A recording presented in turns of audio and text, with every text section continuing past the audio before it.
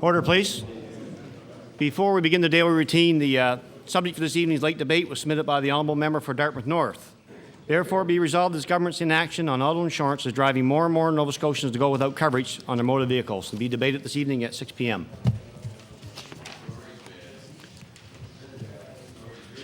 Begin the daily routine presenting reading petitions.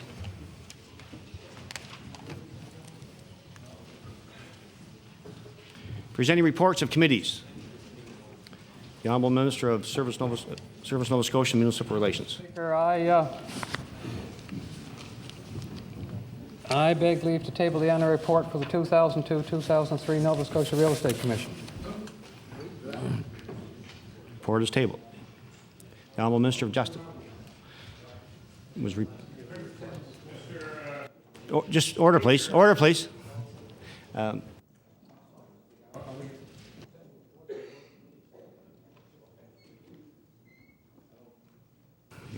The Honourable Minister of Justice on the reports of committees.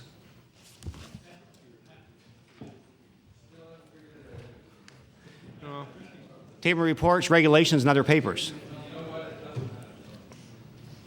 Right again, Mr. Speaker.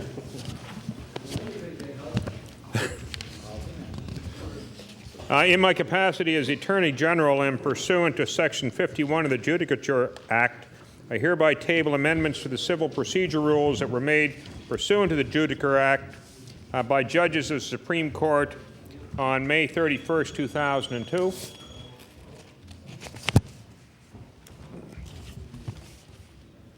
Mr. Speaker, in my capacity as Attorney General and pursuant to Section 51 of the Judicature Act, I hereby table amendments to the civil procedure rules that were made pursuant to the Judicature Act by the judges of the Nova Scotia Court of Appeal on the 24th of June, 2002.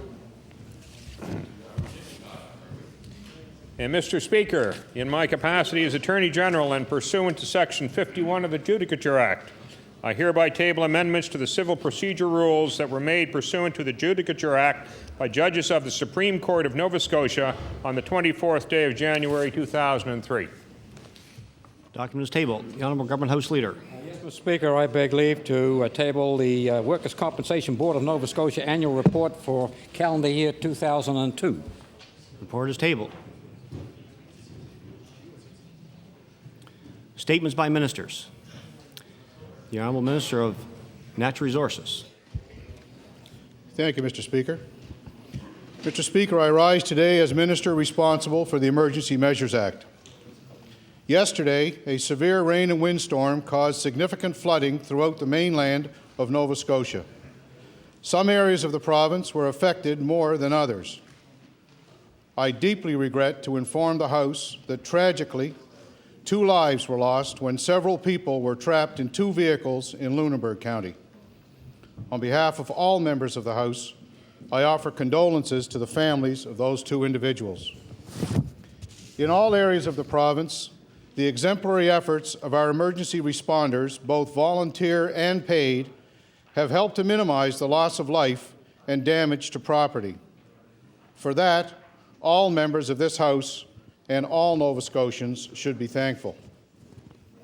Now our attention turns to the assessment of damage and to cleanup and restoration. Officials with the Emergency Measures Organization are working closely with their colleagues at the Department of Transportation and Public Works to determine the total damage. This work is not complete, but it is important for members to know that yesterday's damage is possibly unprecedented in our history. Many Nova Scotians are wondering what financial help will be available from the province in the wake of these events. Since April 2000, this government has had a clear policy regarding the provision of financial assistance in circumstances such as this. Under that policy, Nova Scotians who have sustained uninsurable losses when a disaster has occurred would be eligible to apply for assistance when the disaster has met a particular threshold. Mr. Speaker, there is no doubt that yesterday's events have resulted in that threshold being met. Mr. Speaker, I am pleased to inform the House that a disaster financial assistance program will be instituted for all affected areas of Nova Scotia. The government will offer assistance in accordance with the policy. We will provide assistance to individuals to help them restore their primary residence to a basic level that is fit to live in. We will provide assistance to small businesses to help them get back on their feet. We will provide assistance to municipalities to help them restore essential public services to a pre-disaster condition. The program will begin as soon as the Emergency Measures Organization can complete arrangements with local authorities for its delivery. I expect that this will be accomplished in the next day or so. All Nova Scotians are asked to pay particular attention to announcements and advertisements which will appear very soon through local media outlets. These announcements will provide additional information on where applications for assistance may be obtained. In the meantime, Nova Scotians who have been affected by flooding should determine whether their homeowner's insurance is applicable to the losses they have sustained. Mr. Speaker, I am sure you and all members of this House will understand when I explain to you that the total value of the financial assistance program will not be known for another day or so. But, Mr. Speaker, the government wants all Nova Scotians to know that we will honor the commitment we made when we approved this policy.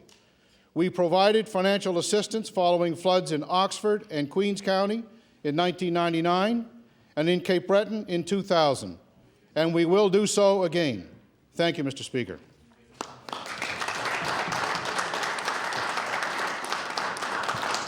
The honourable member for Cape Breton Centre.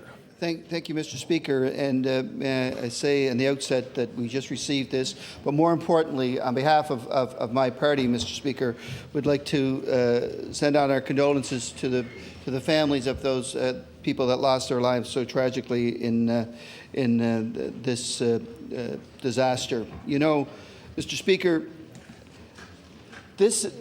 we are, by virtue of what we are, a coastal community from one end to the other, realize the vagaries of weather and how they affect this great province, Mr. Speaker.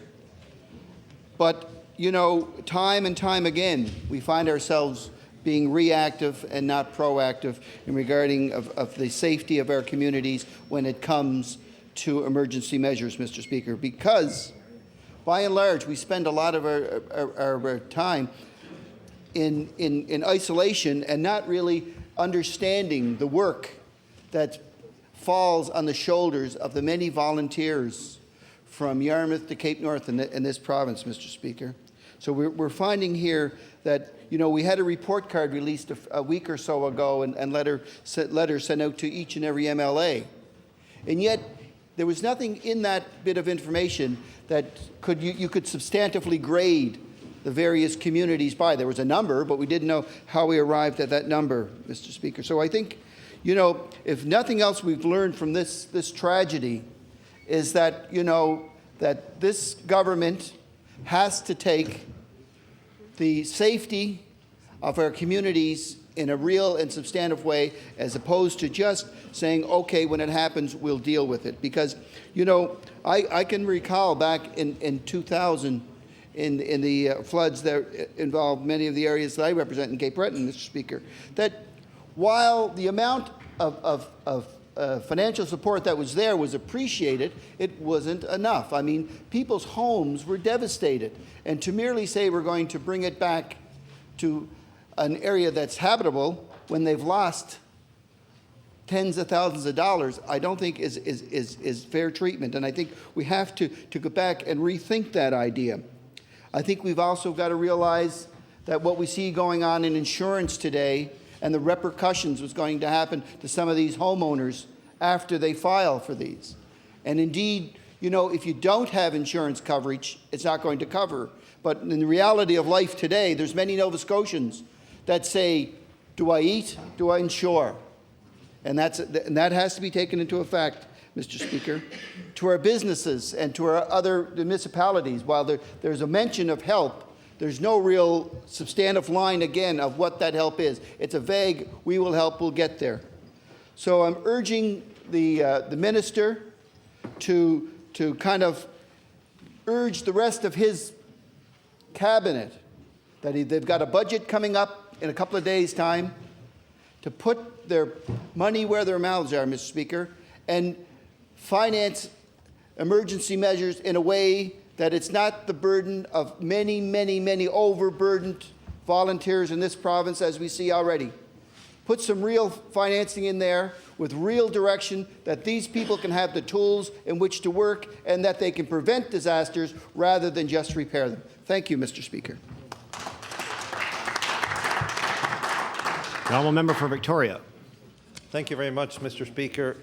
Mr. Speaker, I want to thank the Minister for forwarding the statement to our caucus.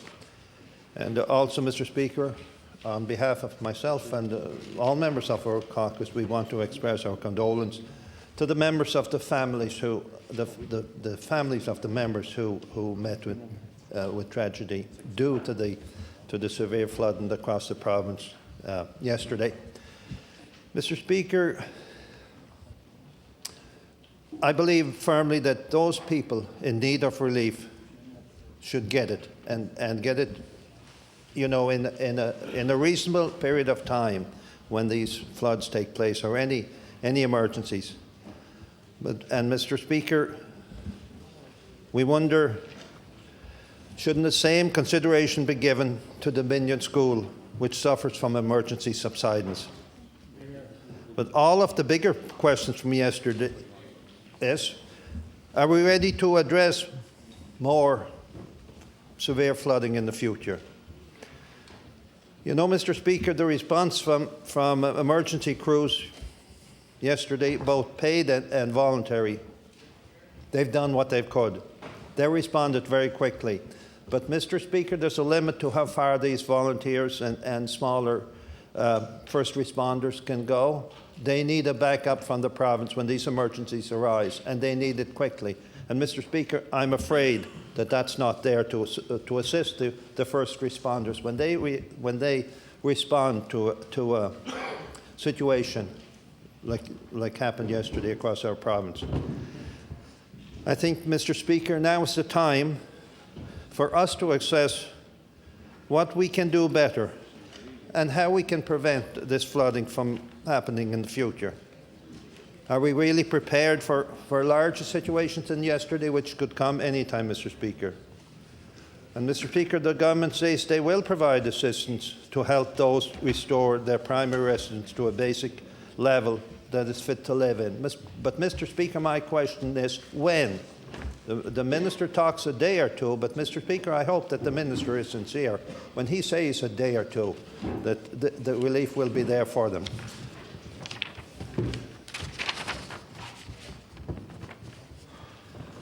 And again, Mr. Speaker, the minister goes on to say that all Nova Scotians are asked to pay particular attention to the announcements and advertisements which will appear in the next day or two. And again, he's referring to a day or two, and let's hope, Mr. Speaker, if the minister is not prepared to act within a day or two, he will hear more from us in the future.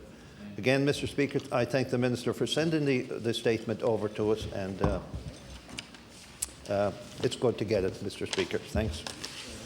Thank you. Go to government notice of motion and call upon the Honourable the Premier for an introduction. Thank you, Mr. Speaker. I'm very pleased to bring to the attention of the House that today we have been joined by Mr. Michael Donovan, who is in the Speaker's gallery, and he's accompanied by Ann McKenzie, the President and CEO of the Nova Scotia Film Development Corporation, Mr. Martin Pink, Chair of the Corporation's Board of Directors. Michael earned an Academy Award on March the 23rd for producing the documentary Bowling for Columbine. This feature was produced by Nova Scotia's Salter Street Films, located here in Halifax. Michael is chairman of the board and co-chief executive officer of Salter Street Films and is a leader in Nova Scotia's film industry. Michael has produced over 300 hours of television programming and has received numerous industry awards, nationally and internationally, for his great talents. He has also won 8 Gemini Awards for some of our favorite Canadian shows, such as Codco, This Hour Has 22 Minutes, and Made in Canada.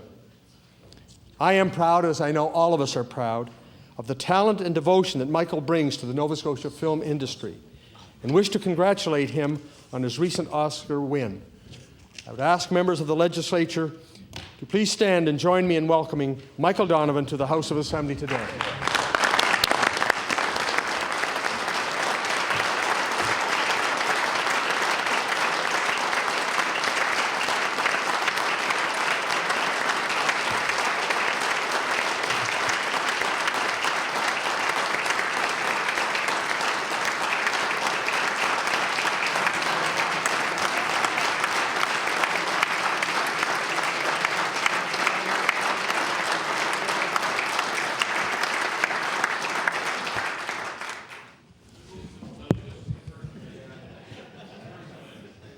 Certainly welcome Mr. Donovan to the gallery today, and it should be noted for the record that Mr. Donovan is actually the brother-in-law to our Legislative Counsel, Mr. Gordon Hibb.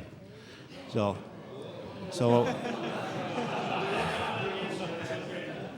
anyway, on behalf of all the members of Mr. Donovan, certainly congratulations to you and all the best in the future. The Honourable Minister of Economic Development. Mr. Speaker, sort of following on the heels of a very serious ministerial statement and building on the Premier's introduction of a ministerial statement before the House, which speaks to Michael Donovan and the film industry. Mr. Speaker, I am pleased to have this occasion to rise and to address the House on the importance and significance of the film industry in Nova Scotia. Today, we're also honored to welcome to the House the first Nova Scotia film producer to win an Academy Award. And it gives me great pleasure to share with my colleagues my congratulations to Michael Donovan, the President and CEO of Salter Street Films of Halifax. Mr. Donovan won an Oscar at last month's Academy Awards ceremony for the Best Documentary Feature, Bowling for Columbine. We are extremely proud of Mr. Donovan's achievement, which makes history for Nova Scotia, raises our film industry's profile around the world, and serves as an inspiration for our growing core of talented film producers and film crews. Only twice before have Nova Scotians taken home an Oscar. In 1946, Harold Russell of North Sydney, a community of great affinity to mine, won both the Best Supporting Actor Oscar for the best years of our lives and an honorary Oscar for bringing hope and courage to his fellow veterans.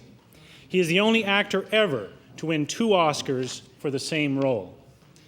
Even after the passage of so many years, it seems appropriate to recognize that outstanding 1946 achievement. 22 years later, in 1968, Una White of Inverness made her mark on Hollywood when she won a special Oscar for her choreography in the musical Oliver. Thanks to Michael Donovan and the many talented and dedicated professionals who support his efforts, an Oscar has emerged on Nova Scotia soil again some 35 years later. Salter Street Films is a prime example of the potential return on investment we make in our film industry through the Nova Scotia Film Development Corporation. The Film Corporation is a provincial crown corporation that builds the capacity and competitiveness of the province's film, television, and new media industries. The corporation provides a wide range of support through programs that include production financing, marketing initiatives, and location services. The success of Nova Scotia's film industry is in no small part a result of the vision provided by the volunteer board of directors of the Film Corporation under the chairmanship of Martin Pink and the excellent contributions of the staff under the leadership of CEO Ann McKenzie. The corporation's programs are key for companies like Salter Street Films to grow and increase their profile. In short, the corporation's investments have helped Salter Street get where it is today. To say we are delighted with the company's international success would be an understatement. We are thrilled. And we look forward to a potential ripple effect for the Nova Scotia film industry as a whole as a result of such a positive industry attention. Our thanks go to Mr. Donovan for his part in producing a winner. It will direct the attention of a powerful industry to the many other excellent creative products and talented producers we have in our region and province. Nova Scotian producers received an outstanding 31 Gemini nominations in November of 2002. They continually create award-winning television works. I'm thinking of productions like the Trudeau series from Big Motion Pictures, the animated Oliver's Adventures from Kaleidoscope Digital, and the Trailer Park Boys series from Top Sail Entertainment. On the feature film side, Tom Fitzgerald's The Event, Idlewild Films' Marion Bridge, and IMX Communications' Past Perfect are just a few examples of the high-quality films that are putting Nova Scotia on the film industry map. In addition to gifted producers, we also enjoy dedicated, experienced crews, a sophisticated production infrastructure, and fantastic locations. These top-notch qualities, combined with the film industry tax credit and the Film Corporation's programs, help attract guest productions to the province to round out the majority of the activity, which I'm proud to say is carried out by local producers. The mostly small and medium-sized local firms that make up the industry's base are becoming a strong part of our economy. In each of the last 5 years, the film industry contributed more than $100 million to the local economy, and in the past year, it employed 2,000 Nova Scotians and contributed $118 million directly to the province's economy in servicing local and guest productions. Mr. Speaker, in order to continue growing the film industry, we must compete in a global industry for the guest productions and co-productions that boost our film sector. To do that, we have to go to the industry center of the universe, Los Angeles. Last month, the Nova Scotia Film Development Corporation led a trade mission to LA, where our filmmakers got the opportunity to showcase their works to a very attentive audience. The Americans came away impressed with what they saw. This included Scott Simpson's directorial debut, Touch and Go, highlights from the Trailer Park Boys, and a montage of local films. Production companies participating in the mission included Big Motion Pictures, Virtual Media Productions, Trailer Park Productions, Playmaker Films, Victory Motion Pictures, and Salter Street Films. When the trade mission came home, Michael Donovan stayed in Los Angeles. And as we all know, he had an appointment with Oscar. Mr. Donovan's achievements and the high level of film activity in this province by local and guest filmmakers clearly show us that the film industry here is one of the most promising sectors of the Nova Scotia economy. Mr. Speaker, the provincial government is proud to support the Nova Scotia Film Development Corporation and its work with filmmakers who bring artistic and commercial credit to the province. Thank you, Mr. Speaker.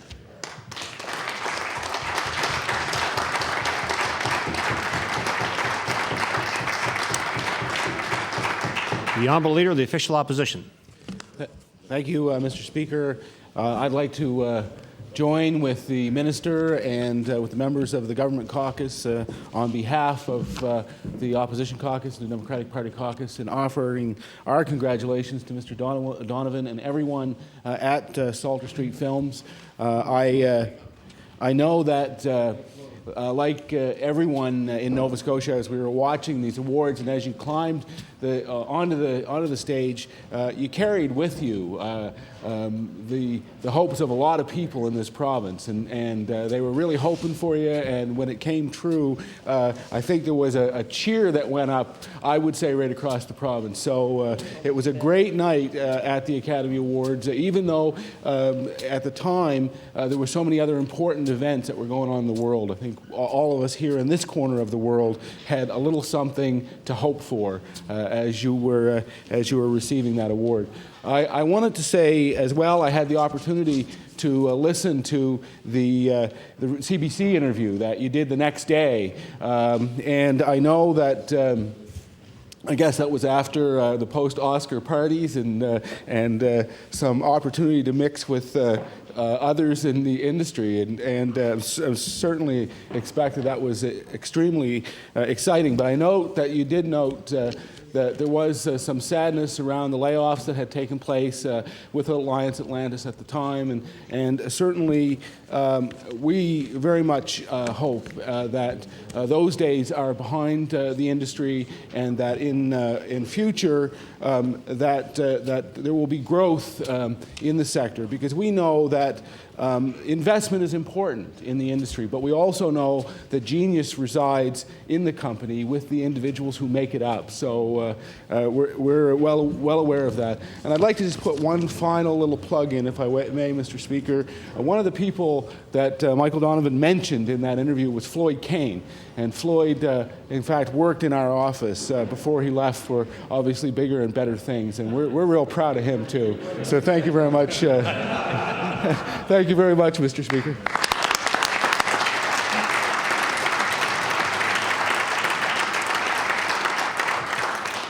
The Honourable Member for Cape Breton West. Thank you, Mr. Speaker. Mr. Speaker, on behalf of the Liberal Caucus and indeed all Nova Scotians, I would like to congratulate Mr. Donovan on this rather auspicious award. Mr. Donovan has made all Nova Scotians very proud.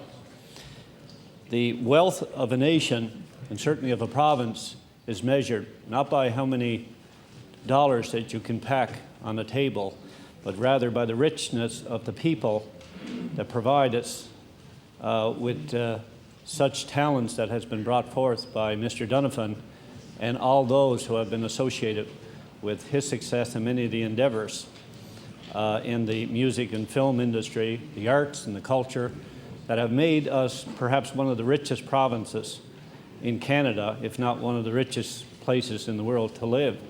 I'm always so proud when I hear about accomplishments as Mr. Donovan has been able to bring home to this very special province. I reminisce about the first time we brought Squanto Indian Warrior to the Fortress of Louisbourg. It was a Don Carmody production. We were so excited to have that rather distinguished Walt Disney production come and be filmed here in Nova Scotia. It was a groundbreaking activity, as many who were involved at that time would remember. And I was always saying to myself, it would be nice to have someone from Nova Scotia to be able to do that as well. And Mr. Donovan has certainly done that with the stakeholders that he has associated himself with, for the Nova Scotia Film Corporation, which, by the way, Mr. Speaker, I was very happy to see. I was a member of this House when that film corporation was established through the foresight of the former minister, the Honourable Rowley Thornhill, and it was through the efforts of the John Savage administration that actually expanded and built on that. And we're very proud to have our name associated in some small measure the efforts and the endeavors and the accomplishments of you, Mr. Donovan, and all your team. And we wish you very much more success, and you have done us proud. Thank you.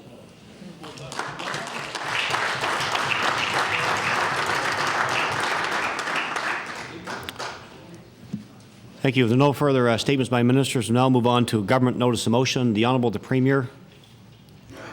Thank you, Mr. Speaker. Before reading my resolution acknowledging the life and the passing of Mrs.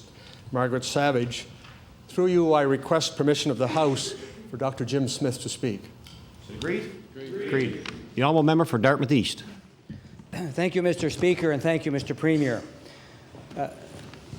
Members of the Legislature, today I rise in my place to express on behalf of our Liberal caucus and our leader, Danny Graham, our sincerest condolences to former Premier John Savage on the loss of his wife, Margaret, to their 7 children on the loss of their mother, and to her family.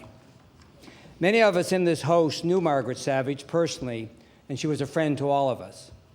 Margaret exemplified a quiet strength about her that literally made her stand out in a crowd.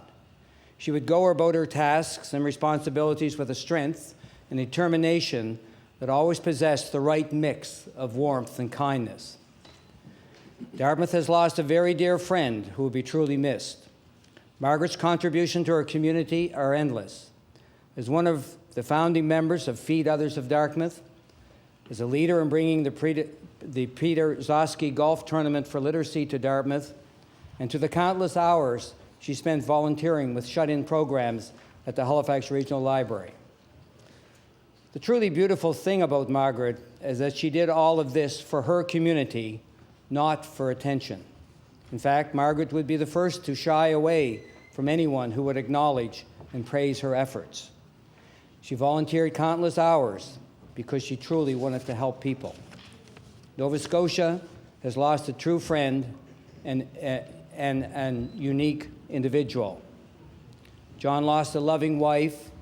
Michael, Jane, Sheila, Philip, Patrick, Barney, and Bridget lost a wonderful mother. So on behalf of our caucus, I'd like to announce that the funeral service, Mass, will be held at 11 a.m.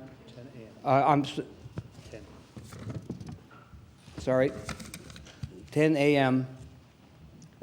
Friday, April the 4th, at the St. Thomas More Church in Dartmouth. And I know the Premier wants to make a comment or speak before the House on this subject, and I would just ask for a moment of silence be observed after the Premier has the floor, if is that your wish, Mr. Speaker. Thank you. Thank you. The Honourable the Premier. Thank you very much, Mr. Speaker, and it's the wish of our caucus to be associated with and to endorse Dr. Smith's remarks. Mr. Speaker, I hereby give notice on a future day I shall move the adoption of the following resolution. Whereas the late Margaret Savage was a stalwart partner in life to former Premier John Savage, and whereas Mrs. Savage was also a devoted community leader in her own right, whereas last night Mrs. Savage passed away surrounded by her loved ones, therefore be it resolved that members of this House extend our deepest condolences to John Savage and his large extended family on the loss of Margaret, wife, mother, grandmother, friend. Request waiver of notice and passage without debate, and be followed, as Dr. Smith has recommended, by a moment of silence.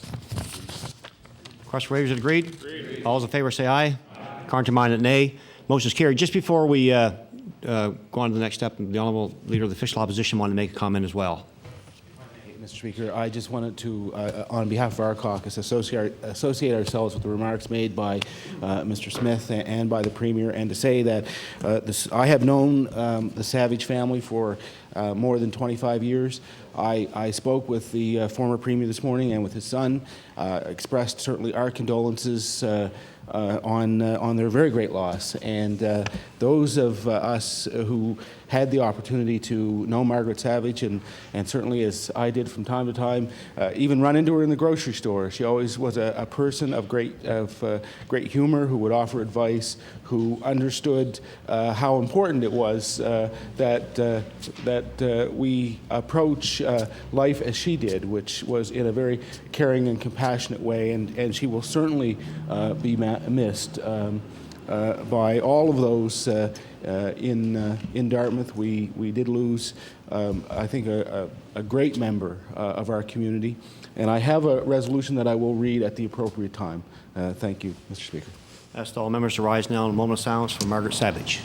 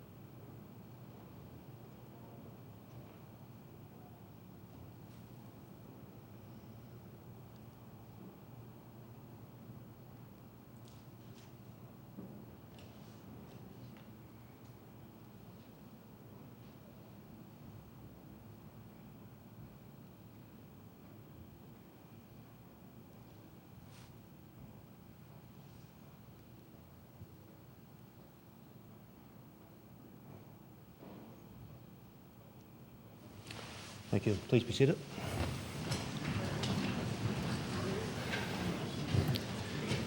The honourable member for Halifax Needham on introduction.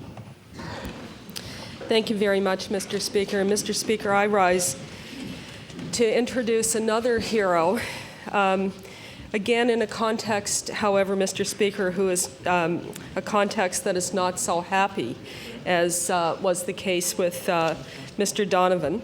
In the Speaker's Gallery this afternoon, we have with us Heather Crow. And I'll ask Ms. Crow to stand. Ms. Crow is a native Nova Scotian who has worked for more than 40 years in Toronto, Calgary, and Ottawa in the hospitality industry. At the age of 57, Ms. Crow, who has never smoked, has recently been diagnosed with terminal lung cancer, Mr. Speaker. Ms. Crow has been meeting with members of all caucuses here in Nova Scotia on behalf of workers in the hospitality industry who are exposed to secondhand smoke and its deadly consequences, as she advocates for people in our places to do something to create 100% smoke-free workplaces so no other workers will be faced with the situation that she is now dealing with. With her today are Catherine Cole from Smoke Free Nova Scotia and Neil Collishaw, the Research Director of Physicians for Smoke-Free Canada. And I would ask members to give them a warm welcome. Ms. Crow will be appearing in front of the Halifax Regional Municipal Council tonight as they hold a public hearing into the possibility of 100% smoke-free bylaw here in the municipality. I would ask people to give them all a warm welcome.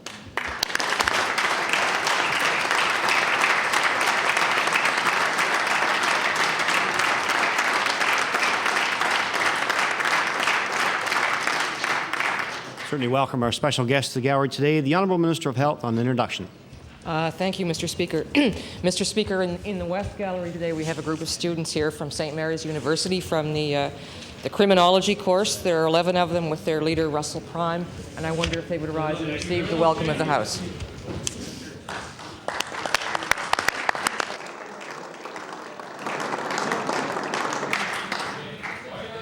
Certainly welcome our guest to the gallery today, the Honourable Member for Dartmouth North, on introduction. Thank you, Mr. Speaker. I'd like to bring to the attention of the House members of the NSGEU Local 66 who are in the East Gallery. The local includes 250 residential councillors who work with Regional Residential Support Services Society and approximately 40 residential sites to provide services to intellectually challenged adults in the HRM. Mr. Speaker, I would also like to recognize the NSGEU President, Joan Jessam, and ask all the members to join me in giving our guest a warm welcome to the House today, Mr. Speaker.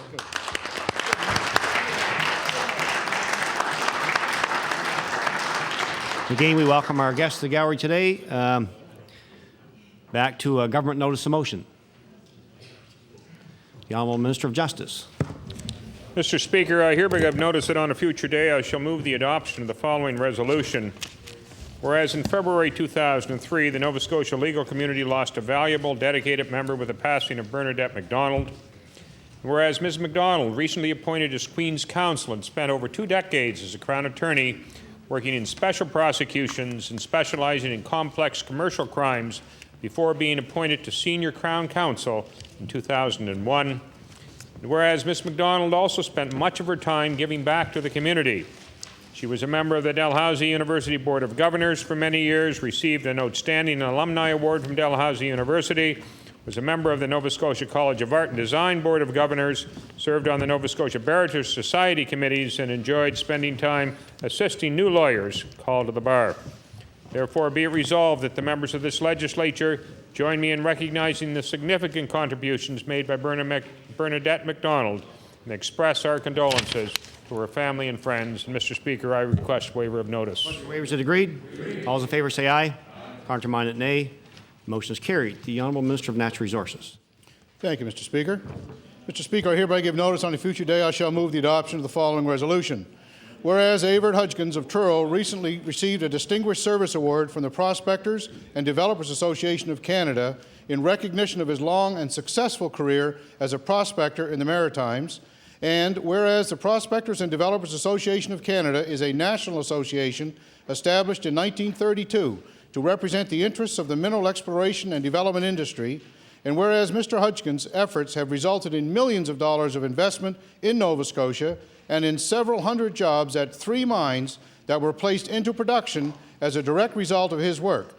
Therefore, be it resolved that members of this House congratulate Mr. Avert Hudgkins on this professional achievement and on his lifelong commitment to exploration and promotion of the province's mineral resources. Mr. Speaker, I request waiver of notice and passage without debate. Question for waivers. Is it agreed?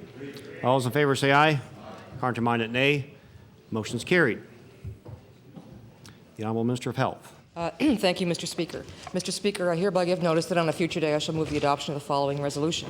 Whereas the second annual C100 FM Radiothon for the IWK Children's Health Centre has recently taken place, and whereas the 100 Hours for the Kids Radiothon raises funds for the IWK to purchase pieces of equipment needed to carry out all its vital work, and whereas this year's C100 raised over $260,000 for Atlantic Canada's largest children's hospital, therefore be it resolved that the members of this House join me in congratulating C100 FM on raising that money for the IWK, and thank all those involved in the 2003 100 Hours for Kids, as well as all those who donated to this tremendous effort. Mr. Speaker, I request waiver of notice. Question for waivers. Is it agreed? All those in favor say aye. Contrary-minded, nay. Motion is carried. The Honourable Minister of Environment and Labour. Mr. Speaker, I hereby give notice on a future day I shall move adoption of the following resolution. Whereas the Order of Canada recognizes Canadians that have made a positive impact on the lives of others and is our country's highest honor for lifetime achievement, and whereas Louis Comeau of Halifax is one of these exemplary Canadians being honored, and whereas Mr. Comeau, a former Progressive Conservative MP for Southwest Nova, has served as President of University St. Anne, President of the Nova Scotia Power Corporation, Chairman of NAV Canada, which owns and operates Canada's Civil Air Navigation Service, and was recently named Chairman of the Workers' Compensation Board of Nova Scotia. Therefore, be it resolved that all members of this House congratulate Louis Comeau on the receipt of the prestigious Order of Canada and wish him every success in the future. And Mr. Speaker, I ask for waiver of notice and passage without debate. Waivers are agreed. All those in favor say aye. Contrary-minded, nay. Motion is carried. The Honourable Minister of Natural Resources. Thank you, Mr. Speaker. Mr. Speaker, I hereby give notice on a future day I shall move the adoption of the following resolution.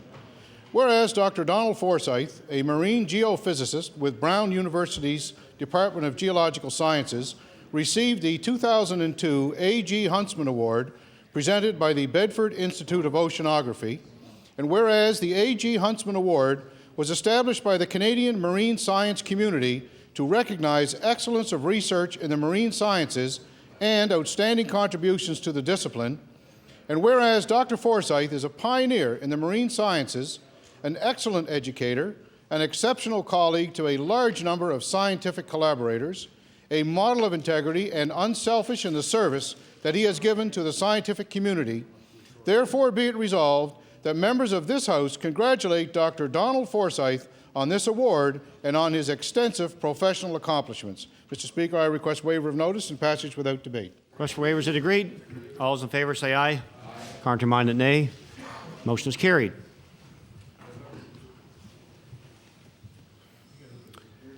Introduction of bills. The Honourable Leader of the Official Opposition. Thank you, Mr. Speaker. I beg leave to table a bill entitled An Act to Guarantee Equality of Treatment for All Sufferers of Hepatitis C.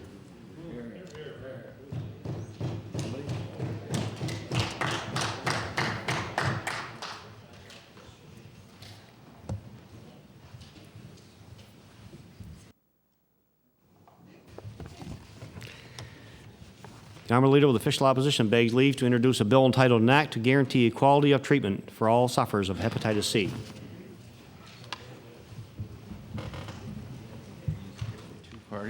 Bill 16, entitled An Act to Guarantee Equality of Treatment for All Sufferers of Hepatitis C. Order this bill be read a second time at a future date. The Honourable Minister of Justice. Mr. Speaker, I beg leave to introduce an act respecting the administration of justice.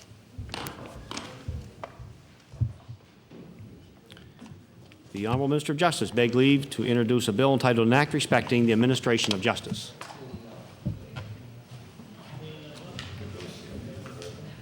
Bill 17, entitled An Act Respecting the Administration of Justice. Order this bill be read a second time at a future date. The Honourable Member for Sackville-Cobequid. Thank you, Mr. Speaker. I beg leave to introduce a bill entitled An Act Respecting Fair Marketing Practices in the Sale of Gasoline and Diesel Oil. The Honourable Member for Sackville-Cobequid begs leave to introduce a bill entitled An Act Respecting Fair Marketing Practices in the Sale of Gasoline and Diesel Fuel Oil. Bill 18, entitled An Act Respecting Fair Marketing Practices in the Sale of Gasoline and Diesel Oil. Order this bill be read a second time at a future date. The Honourable Member for Richmond. Speaker, I beg leave to introduce a bill called An Act to Amend Chapter 5 of the Acts of 1993, the Freedom of Information and Protection of Privacy Act.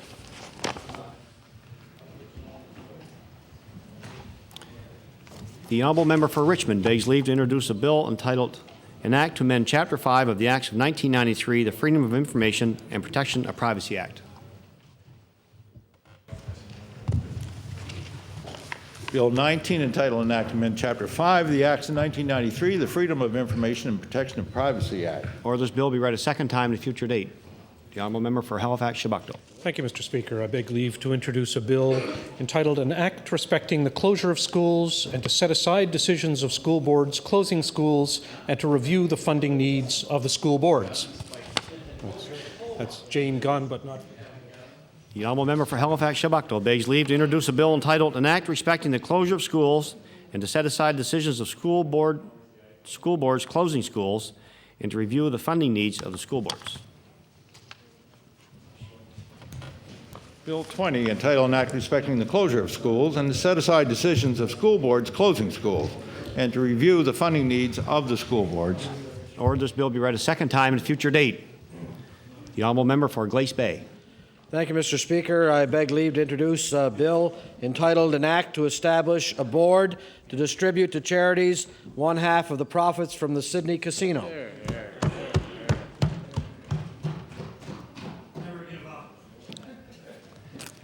The Honourable Member for Glace Bay begs leave to introduce a bill entitled An Act to Establish a Board to Distribute to Charities 1/2 of the profits from the Sydney Casino. Bill 21, entitled An Act to Establish a Board to Distribute to Charities 1/2 of the profits from the Sydney Casino. Order this bill be read a second time at a future date. The Honourable Member for Cole Harbour Eastern Passage. Thank you, Mr. Speaker. I beg leave to introduce a bill entitled An Act to Provide for the Recovery of Health Care Costs Related to the Exposure to Tobacco Products.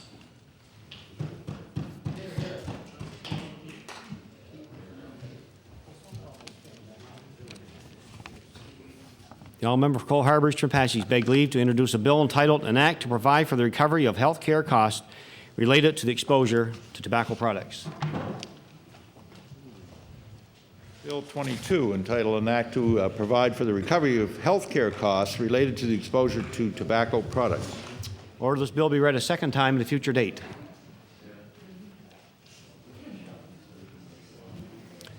Notice of motion. The Honourable Leader of the Official Opposition. Thank you very much, Mr. Speaker. I hereby give notice that on a future day I shall move the adoption of the following resolution. Whereas yesterday we lost a great Nova Scotian when Margaret Savage succumbed at her home to the ravages of cancer. And whereas the wife of the former Premier and mother of 7 was a quiet but bright light in her community, championing many causes in her church and community. And whereas recently her interest in and legacy to the arts was recognized by the Margaret and John Savage First Book Award to be presented annually in recognition of an Atlantic Canadian author's debut, either in fiction or non-fiction, therefore be it resolved that this House and all Nova Scotians, particularly Dartmouthians, celebrate the life of Margaret Savage and extend their deepest condolences to her family and friends in their time of grief. And Mr. Speaker, I'd request waiver and passage without debate. Agreed. Question for waivers is agreed. All those in favour say aye. Contrary-minded, nay. Motion is carried. The Honourable Member for Clare. Thank you, Mr. Speaker. Mr. Speaker, I hereby give notice that on a future day I shall move the adoption of the following resolution. Whereas Jim Camo, a retired welding instructor, after seeing a need for computers at the local Valley School, refurbished 2,900 computers over the past 10 years. And whereas Mr. Comeau, along with a team of 32 helpers, has worked with Industry Canada Computers for Schools program to rebuild computers for 46 schools, as well as a variety of community organizations and disabled and terminally ill children. And whereas Mr. Comeau's contribution have recently been honored by Industry Canada with the Computers for School Top Volunteer Award for Nova Scotia, therefore be resolved that the members of this legislature congratulate Mr. Comeau of his recent honour and wish him every success with this valuable program. Mr. Speaker, I would ask for waiver, please. Question for waiver, is it agreed? All those in favour say aye. Contrary-minded, nay. Motion is carried. The honourable member for Halifax, Bedford Basin. Thank you, Mr. Speaker. Mr. Speaker, I hereby give notice that on a future day I shall move the adoption of the following resolution. Whereas the United Way has over 100 locales throughout Canada and continues to grow every day, raising funds to donate to local organizations. And whereas campaign chairman Jeff Woodbury said the 2002 United Way campaign has exceeded its goal, whereas Mr. Woodbury has stated that they hoped to reach $4.8 million, but have surpassed that and raised over $5 million for the United Way. Therefore, be it resolved that the members of this legislature applaud the success of the 2002 campaign and thank all those involved with the United Way for the significant contributions they make to their communities. Mr. Speaker, I seek waiver. Question for waiver, is it agreed? All those in favour say aye. Contrary-minded, nay. Motion is carried. The honourable member for Dartmouth North. Thank you, Mr. Speaker. I hereby give notice that on a future day I shall move the adoption of the following resolution. Whereas Community Services currently deems that anyone with a business interest makes an income equivalent to a person working full-time at minimum wage, and whereas this crude measuring stick may serve a purpose such as keeping those whose sheltered income behind a corporate veil from receiving benefits, and whereas it clearly discriminates against those who, if they lose other employment, have an income far below that of the minimum wage from their small business interest. Therefore, be it resolved that the Minister of Community Services review Clause 50, subsection 1 of the Employment Support and Income Assistance Regulations so that it does not deem income from a business, but reflects real income when assessing the potential recipient. Mr. Speaker, I request waiver and passage without debate. Question for waiver? Here no. Notice is tabled. The honourable member for Victoria. Thank you, Mr. Speaker. Mr. Speaker, I hereby give notice that on a future day I shall move the adoption of the following resolution. Where yesterday's heavy rains have caused severe damage and hardship for many Nova Scotians, and whereas we have already heard of bridges being destroyed and roads washed out by the floodwaters, and whereas the damage is preventing emergency vehicles from reaching homes and businesses in many communities, therefore be it resolved that the government be chastised for allowing the bridges of this province to deteriorate to the point where they could be washed away by floodwaters. Mr. Speaker, I ask for waiver and passage without debate. For waiver, here or no. Notice is tabled. The honourable member for Kings North. Mr. Speaker, I hereby give notice that on a future day I shall move the adoption of the following resolution. Whereas the unprecedented rainfall of the last few days has caused much flooding and upheaval in Kentville Order, and the please. surrounding area. The honourable member Kings North. Thank you. I'll start with the first whereas. Whereas the unprecedented rainfall of the last few days has caused much flooding and upheaval in Kentville and the surrounding area, and whereas more than 1 metre of water flooded the main road between Kentville and New Minas, other roads and bridges have been washed out, and homes have been flooded, causing at least 40 residents to be evacuated from their homes. And whereas Kentville Fire Department Chief Sean Ripley and EMO Officer Bernie Cooper have displayed great leadership and compassion for the people of Kentville as they struggle to deal with this disaster, therefore be it resolved that the members of this House join me in expressing our extreme gratitude to Sean Ripley, Bernie Cooper, and all the staff and volunteers of the Kentville Fire Department, the Emergency Measures Organisation, and the town of Kentville for their admirable work during this difficult time. I request waiver of notice, Mr. Speaker. Waivers are agreed. All those in favour say aye. Contrary-minded, nay. Motion is carried. The honourable member for Hants East. Thank you, Mr. Speaker. I hereby give notice that on a future day I shall move the adoption of the following resolution.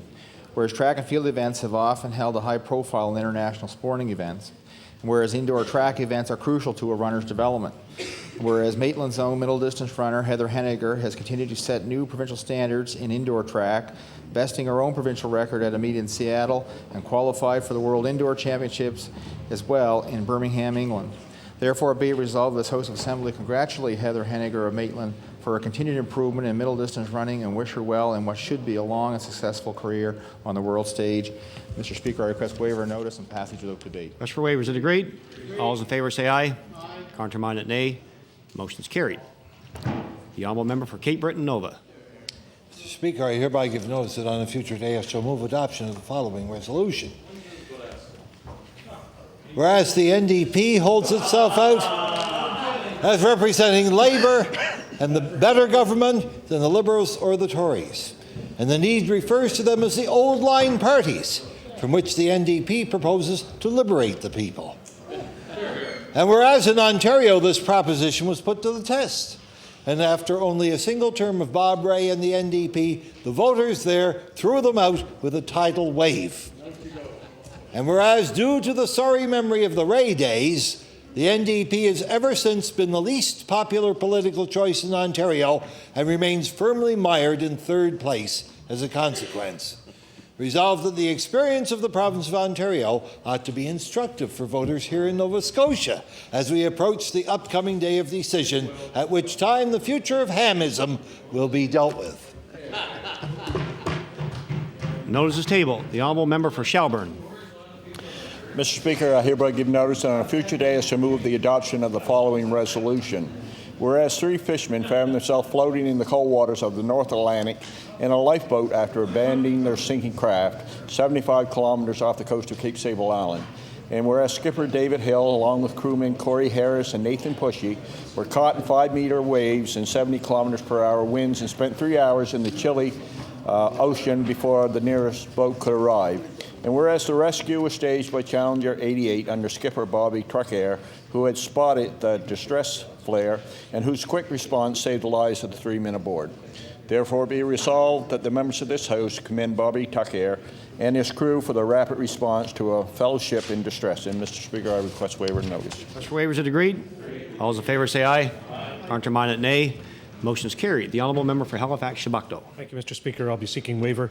I hereby give notice that on a future day I shall move the adoption of the following resolution. Whereas the East Coast Music Awards showcase the music of Atlantic Canada for millions of listeners each year in a 2-hour national broadcast on CBC TV. And whereas on February 16, 2003, East Coast Music Awards in Halifax were presented to artists from all 4 Atlantic provinces in 26 different categories. And whereas Lenny Gallant received awards for Francophone Recording of the Year and Male Artist of the Year, and Sandy Greenberg, a member of the group Razzmatazz for Kids, received an award for Children's Recording of the Year. Therefore, be it resolved that the House extend congratulations to Lenny Gallant and Sandy Greenberg, 2 musicians who reside in the fine constituency of Halifax-Shabukto, and to all other worthy recipients of this year's East Coast Music Awards. Mr. Speaker, I seek waiver of notice, passage without debate. Request for waivers are agreed. All those in favor say aye. Contrary-minded, nay. Motion is carried. The honourable member for Dartmouth East. Thank you, Mr. Speaker. I hereby give notice in the future day I shall move the adoption of the following resolution. Whereas the Make-A-Wish Foundation has chosen to create a team of individuals from across Canada to climb Mount Kilimanjaro in Tanzania as a way of raising much-needed funds to grant wishes to children with life-threatening illnesses. And whereas 6 Nova Scotians joined a group of 28 investors from across Canada at a cost of $5,000 to climb to the summit in an effort to raise over $150,000 for the Make-A-Wish Foundation. There was Jamie Williams, Rod Buckland, Beth McKenzie, Cheryl Varden, Henry Hicks, and Nancy Spencer, all trained and worked extremely hard to raise money for such a worthy cause. Therefore, it be resolved that members of this legislature congratulate these participants and the Make-A-Wish Foundation for their commitment and contributions they have made to children with life-threatening illnesses. And Mr. Speaker, I ask for waiver of notice and passage without debate. Request for waivers are agreed. All those in favor say aye. Contrary-minded, nay. Motion is carried. The honourable member for Annapolis. Mr. Speaker, I hereby give notice that on a future day I shall move the adoption of the following resolution. Whereas the band Country Generations is an Annapolis Valley-based band which has released 2 CDs entitled The Bottom Line and The Greatest Show, both of which were recorded in Nashville, Tennessee. Whereas the title track from the first CD, The Bottom Line, was the #1 country song on the Australian radio network for 14 weeks. And whereas the 10-member band consisting of 5 members of the Spinney family, including lead singer Frank and guitarist Jason, held a special benefit concert for a local cancer victim late last summer in an open field in Margarettsville, Annapolis County, raising several $1,000s and attracting in excess of 600 people. Therefore be resolved that MLAs applaud the musical talents of this great Annapolis Valley Band and wish them continued success in their musical endeavors. Mr. Speaker, I request waiver of notice. Request for waivers is agreed. All those in favor say aye. Contrary-minded, nay. Motion is carried. The honourable member for Timberlea Prospect. Thank you, Mr. Speaker, and I'll be asking for waiver and passage without debate. I hereby give notice that on a future day I shall move the adoption of the following resolution. Where on this day, April 1st, 1873, the SS Atlantic sank off Lower Prospect near Terrence Bay. Whereas on that fateful day, 562 souls perished in the seas despite the valiant rescue efforts of local residents. Whereas this date is noted each year by the students of Atlantic Memorial and Terrence Bay schools and is also recognized by the SS Atlantic Park in Terrence Bay, therefore be it resolved that this House of Assembly acknowledge the heroism of the past and thank school children and volunteers of Atlantic Memorial and Terrence Bay schools. Order, please. Order, please. Yes, I'll member Timberlea Prospect to read the therefore be resolved again, please. Thank you. Thank you, Mr. Speaker. Therefore be it resolved that this House of Assembly acknowledge the heroism of the past and thank school children and volunteers of Atlantic Memorial and Terrence Bay schools for their continued efforts to remember the sinking of the SS Atlantic. I ask for waiver and passage without debate. Request for waivers is agreed. All those in favor say aye. Contrary-minded, nay. Motion is carried. The honourable member for Glace Bay. Mr. Speaker, I hereby give notice that on a future day I shall move the adoption of the following resolution. Whereas Nova Scotia has a long-standing tradition of success in the sport of curling, winning 6 of the last 11 mixed curling championships. And whereas in January of this year, Paul Fleming skipped his team of lead Kathy Donald, second Tom Federley, and mate Kim Kelly to victory at the Canadian Mixed Championship in a record-setting final. And whereas the Mayflower Rink took home the championship with a 12-1 record, with Paul Fleming being named the tournament's all-star skip with an accuracy rate of 87%. Therefore, be it resolved that members of this legislature congratulate Paul Fleming and his team for their success in the Canadian Mixed Curling Championship. Mr. Speaker, I ask for waiver of notice and passage without debate. For waivers is agreed. All those in favor say aye. Contrary-minded, nay. Motion is carried. The honourable member for Hants East. Thank you, Mr. Speaker. I hereby give notice that on a future day I shall move the adoption of the following resolution. Whereas Halifax International Airport has long been an economic engine for the surrounding area, including Hants East, and whereas since the federal government has passed over control of the facility to the Halifax International Airport Authority, the authority has embarked on an ambitious and costly airport improvement program.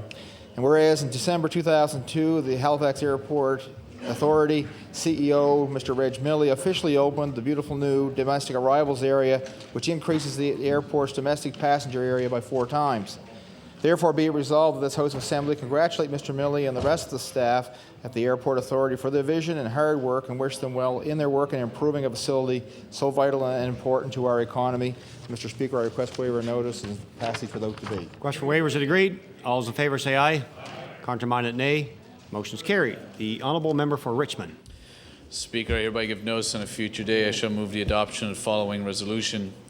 Whereas when the government first took office, they claimed that the budget had not been balanced for 25 years.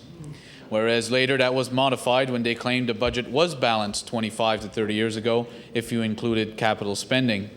Whereas now the government is claiming a budget has not been balanced in this province for 40 years, even though this current government is adding $100 million to the debt yearly. Therefore, be it resolved that the members of this House urge the government to prove this is the first balanced budget in 40 years by recalculating the last 40 budgets using the generally accepted accounting principles and applying debts to the years they were incurred.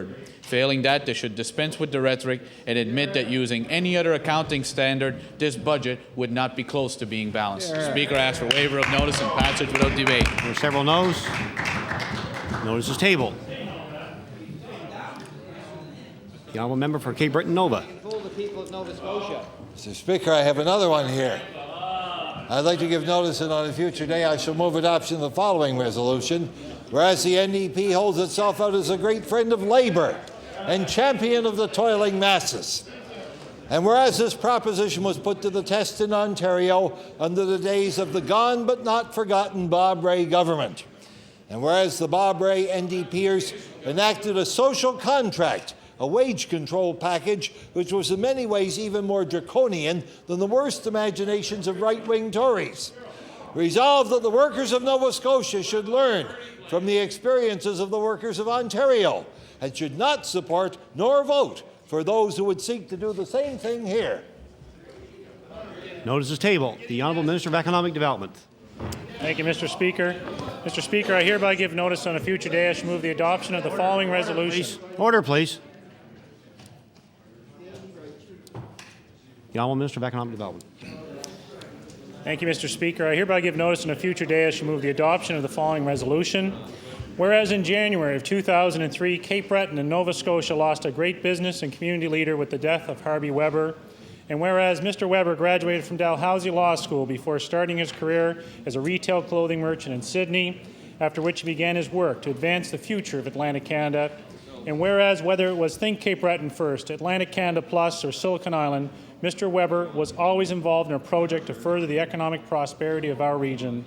Therefore, be it resolved that all members of this legislature join me in recognizing the significant contributions made by Harvey Weber and acknowledge his loss to his family and friends. And Mr. Speaker, I request waiver and passage without debate. Request for waivers is agreed. All those in favour say aye. Counter-minded nay. Motion is carried. The Honourable Leader of the Official Opposition. Thank you, Mr. Speaker. I hereby give notice that on a future day I shall move the adoption of the following resolution. Whereas yesterday's early spring rains have parts of the province facing a state of emergency from evacuations, power losses, massive flooding, and washed out roads and bridges. And whereas nature's fury has saddled many Nova Scotians with substantial property damage, and whereas towns such as Oxford and Truro face desperate circumstances, and hopefully both provincial and federal aid will be made available to such communities to rebuild from the carnage wreaked by yesterday's monsoon conditions. And therefore, be it resolved that this House extends its deepest sympathy to those persons and communities who suffered from yesterday's deluge and pledges to do all in its power to repair the damage wrought by nature. And Mr. Speaker, I'd request waiver and passage without debate. Request for waivers is agreed. All those in favour say aye. Counter-minded nay. Motion is carried. The Honourable Member for Dartmouth East. Thank you, Mr. Speaker. I hereby give notice in future day I shall move the adoption of the following resolution. Whereas March has come to an end, along with the month-long celebration of the incredible work done by the Lions Clubs, not only here in Nova Scotia, but throughout the world. And whereas the Lions Clubs of Nova Scotia have been working with their international organization to come to the aid of people on 6 continents and 78 countries in preventing river blindness, as well as raising funds to benefit the CNIB and their digital talking books program. And whereas in addition to the work the Lion Club does with the CNIB, locally the Lions Clubs provide children with diabetes with a summer camp experience in the Cape Lion Maxwell in Pictou County, as well as other efforts to improve the lives of Nova Scotians. Therefore, be it resolved, the members of the legislature thank the Lions Clubs of Nova Scotia for the continued efforts to make Nova Scotia a better place and offer care and support throughout the world. And Mr. Speaker, I ask for a waiver of notice and passage without debate. Request for waivers is agreed. All those in favour say aye. Counter-minded nay. Motion is carried. The Honourable Member for Glace Bay. Mr. Speaker, I hereby give notice that on a future day I shall move the adoption of the following resolution. Whereas the Tory government scrapped the former Liberal government's $10 million loan remission program in the year 2000, leaving Nova Scotia students the only ones in the country without a debt management program. And whereas since the year 2000, the Tories have promised to reinstate a better debt management program for students. And whereas when the Tories finally did announce a loan remission program, it was at a lower funding level than it was before they scrapped the program.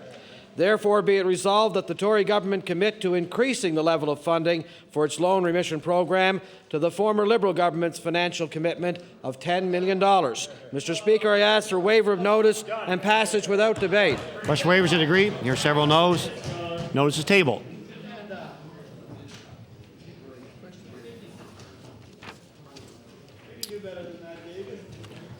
Orders today or questions put by members. Question period to begin at 3:19. We'll end at 4:19. The Honourable Leader of the Official Opposition. Thank you, Mr. Speaker. We have all seen and heard media reports of the sudden acute respiratory syndrome outbreak in Ontario. This illness has hit frontline workers so hard that hospitals have had to close. In this province, there are hospitals that are barely hanging on by a thread due to a lack of beds and shortages of nursing staff. I want to ask the Minister of Health, what contingency plan does her department have in place should a major hospital be hit by SARS?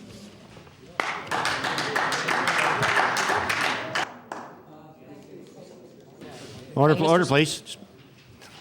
The Honourable Minister of Health. Thank you, Mr. Speaker. Mr. Speaker, we do have contingency plans for SARS here in Nova Scotia should a case arise. The member opposite knows we have not had a case yet. However, we are prepared. We have daily conference calls with the medical officers of health across the country. We are tracking the disease, and the DHAs, doctors, everyone in the system is being advised as what to do should a case arise. Thank you, Mr. Speaker. The Honourable Leader of the Official Opposition on your first supplementary. Thank you, Mr. Speaker. Well, if SARS or any other illness or disaster were to hit one of our rural hospitals, a crisis would ensue. Mr. Speaker, the Valley Regional canceled surgeries because of equipment problems, a lack of staff, bed shortages. Patients in hospitals like the Aberdeen and Glace Bay General stay on stretchers in hallways due to lack of beds. Unlike Ontario, these hospitals don't have the luxury of having another fully functional facility just minutes away. I asked the Minister why her government has allowed rural health care to deteriorate to the point where hospitals have no margin of error to deal with crisis situations. The Honourable Minister of Health. Thank you, Mr. Speaker. And Mr. Speaker, the NDP would like Nova Scotians to believe that every problem is a crisis. Mr. Speaker, there will always be problems in every system of government. There will always be problems because there are new situations and because people are people. But Mr. Speaker, Nova Scotia is quite able to deal with a potential outbreak of this disease, perhaps even better than they are able to in Toronto, Mr. Speaker. Thank you. The Honourable Leader of the Official Opposition on your final supplementary. Well, Mr. Speaker, Ontario was caught off guard. There are now suspected cases in Prince Edward Island and in New Brunswick. Our hospitals, rural hospitals in particular, have been underfunded and understaffed for so long that they will not be able to handle a situation of this magnitude. My question is, when will the Minister of Health admit that the only real backup plan in place is to hope and pray that SARS doesn't knock on the door of any of the hospitals in Nova Scotia? The Honourable Minister of Health. 3 years. Thank you, Mr. Speaker. And Mr. Speaker, I would remind the members opposite that we are the only province in Canada to provide multi-year funding to our district health authorities. We do value, Mr. Speaker,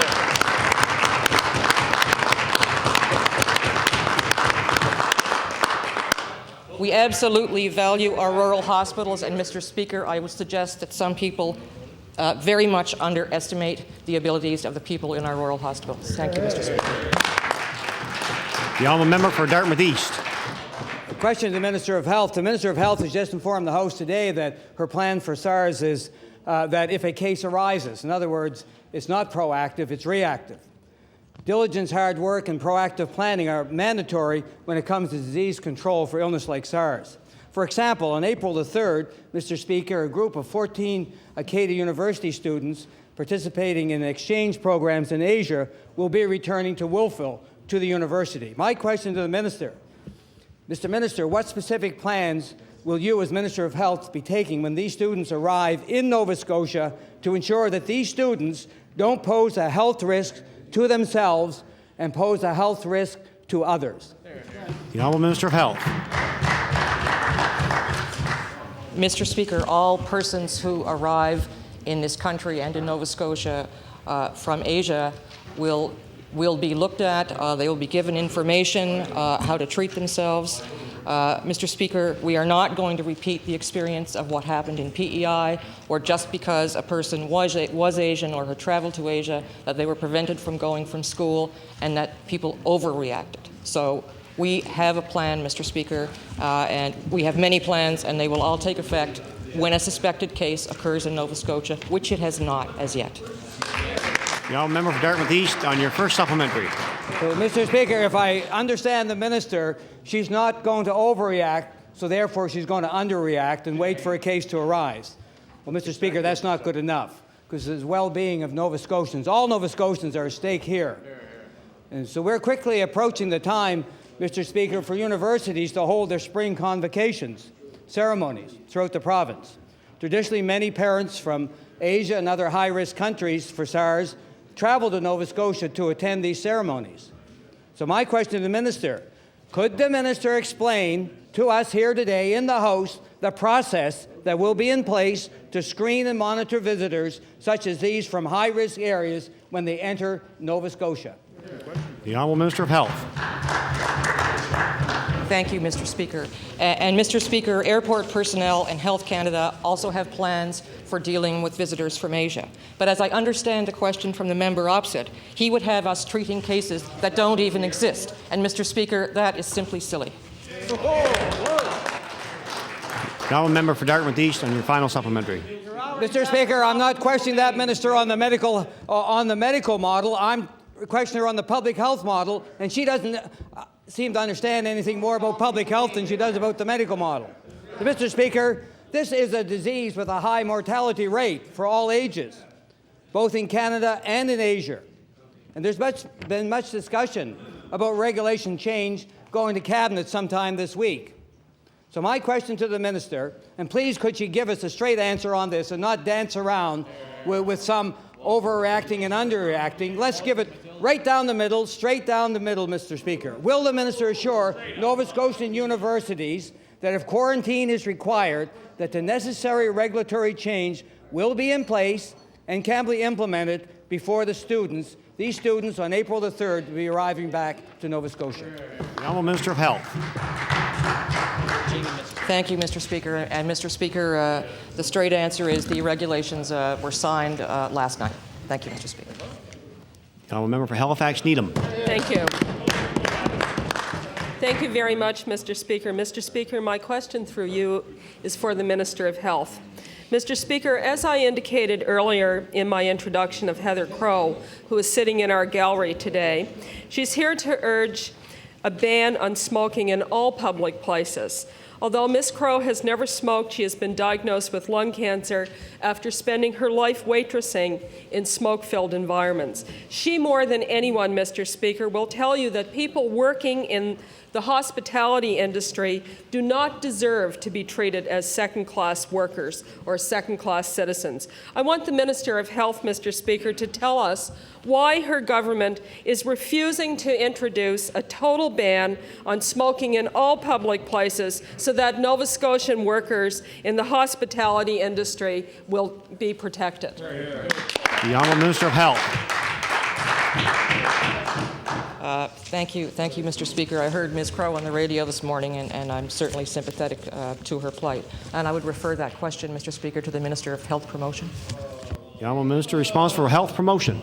Well, thank you very much, Mr. Speaker, and I'd like to thank the member for the question. Indeed, I had the opportunity to also meet Ms. Crow this morning, and certainly her case is one which is very compelling, Mr. Speaker, and I know that all members would agree with that. But, Mr. Speaker, I would point very clearly to the strategy put forward by the former Minister of Health, the MLA for Truro, who put forward a comprehensive strategy, which took a great deal, Mr. Speaker, of consultation with a variety of groups across the province, Mr. Speaker. It's a $1.5 million strategy, and one that we are very proud of as a government, Mr. Speaker. The honourable member for Halifax Needham on your first supplementary. Well, Mr. Speaker, I'm very disappointed in the minister's response. Apparently, Ms. Crow's case isn't so compelling that this government is prepared to act to protect other workers so they won't be in the same situation. Mr. Speaker, this government has repeatedly increased tobacco taxes but refused to divert any meaningful funds toward prevention. The Office of Health Promotion goes underfunded, and inspectors are under-resourced, and municipalities are left in this province to attempt to deal with a ban on smoking in public places on their own. I want to ask the Minister for Health Promotion exactly what will it take for his government to legislate a total ban on public smoking in this province if Ms. Crow's case isn't compelling enough for him. The Honourable Minister for Health Promotion. Mr. Speaker, I'd like to thank the member for the question, and through you to the member. Mr. Speaker, we have put $1.5 million this past year towards the tobacco strategy.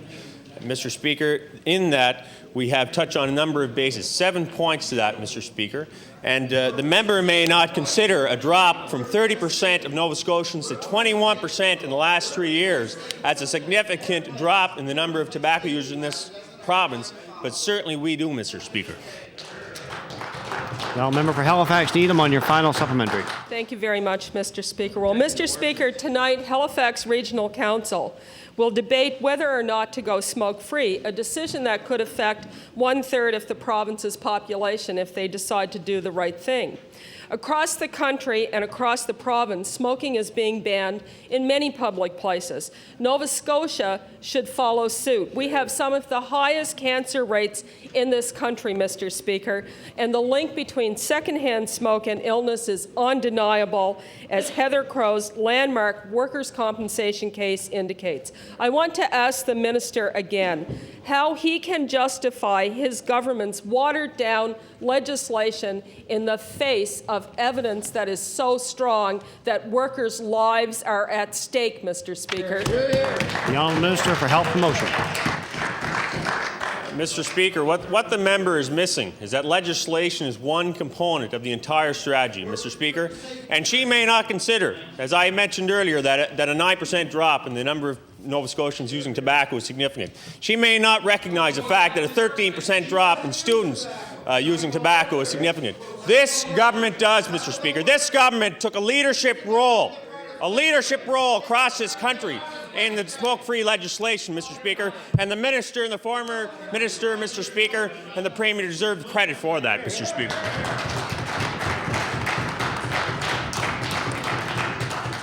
The Honourable Member for Clare. Thank you, Mr. Speaker. Mr. Speaker, my question is for the Minister of Community Services.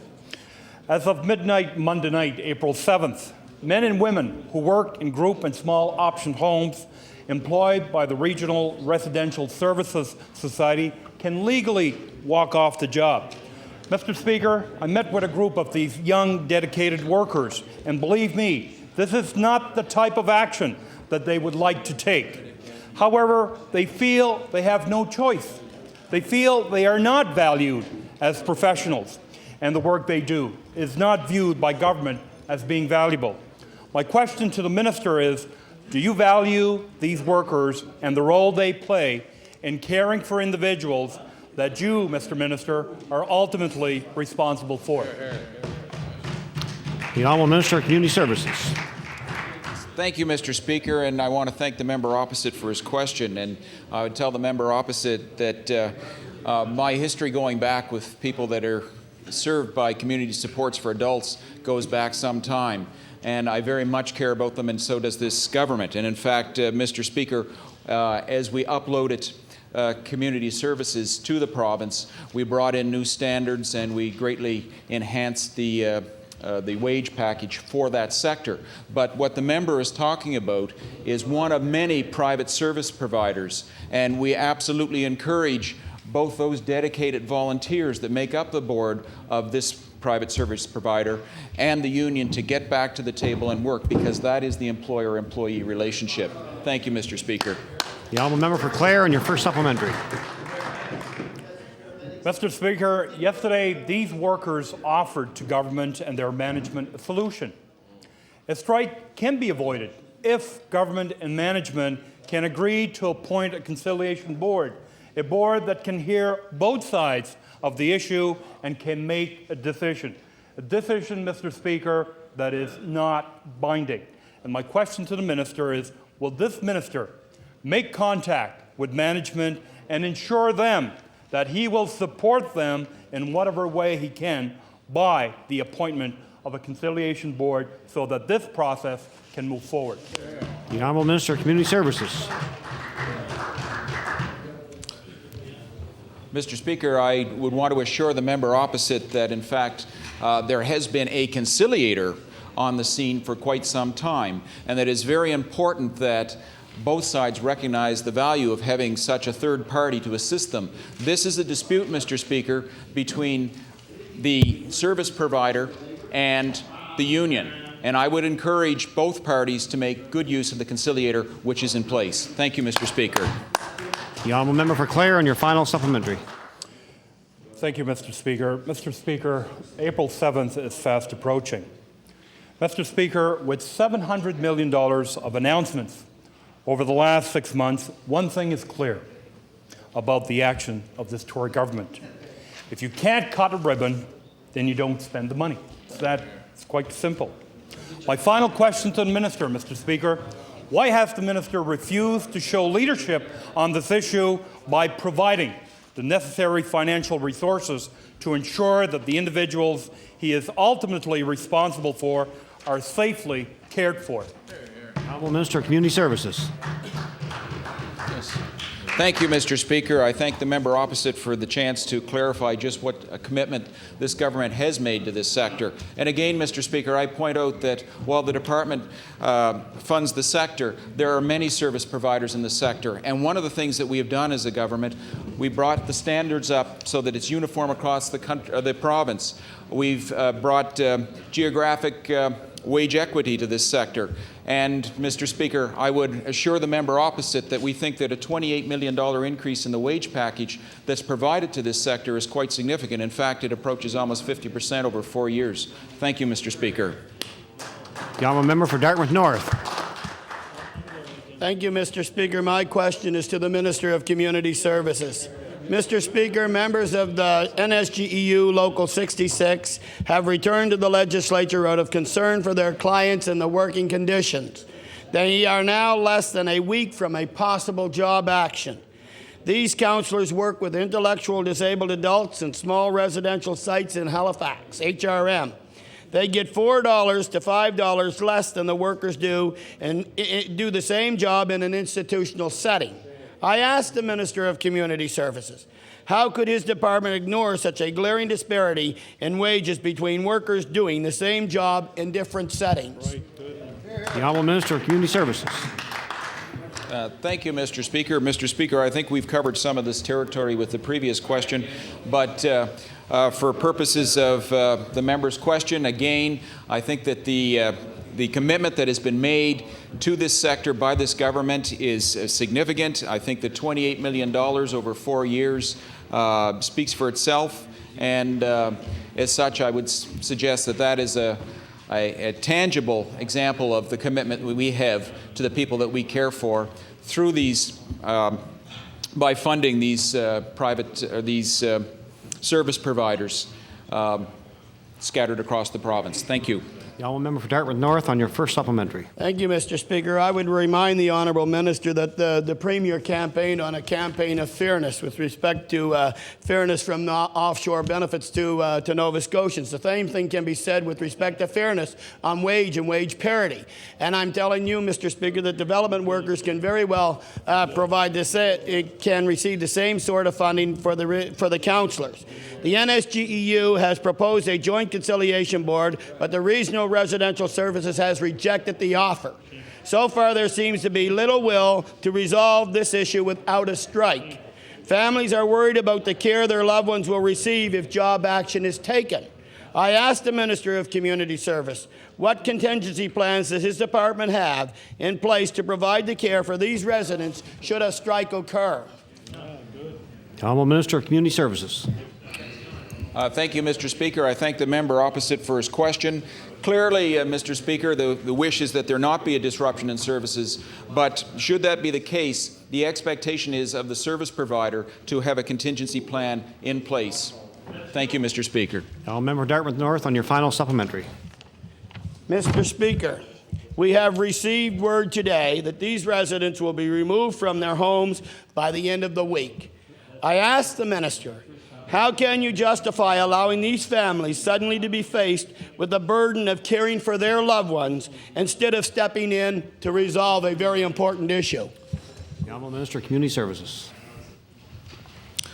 Mr. Speaker, once again, the member highlights the point that it is the service provider that is ultimately responsible for delivering the service. We do fund the sector, and we are funding the sector, and we encourage both sides to get back to the table, make use of the conciliator that is in place, Mr. Speaker, and resolve this issue at the bargaining table. Thank you, Mr. Speaker. The Honourable Member for Richmond.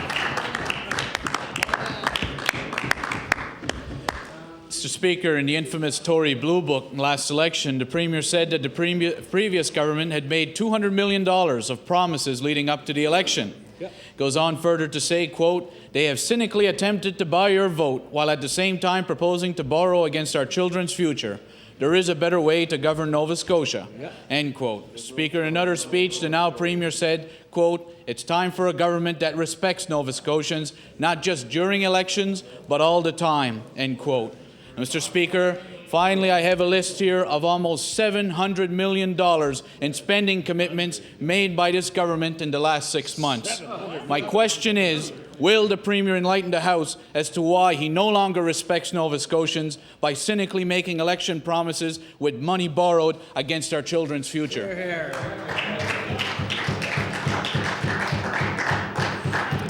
The Honourable the Premier. Thank you, Mr. Speaker. Is the member opposite suggesting that multi-year funding to hospitals is a bad idea? Is the member opposite suggesting that the investment we talked about yesterday in the Strait Richmond area that will allow a development of the community college, that was a bad investment? Is the member opposite suggesting the investment we made to secure the jobs at Stora is a bad investment? If the member is suggesting that, stand up and say it.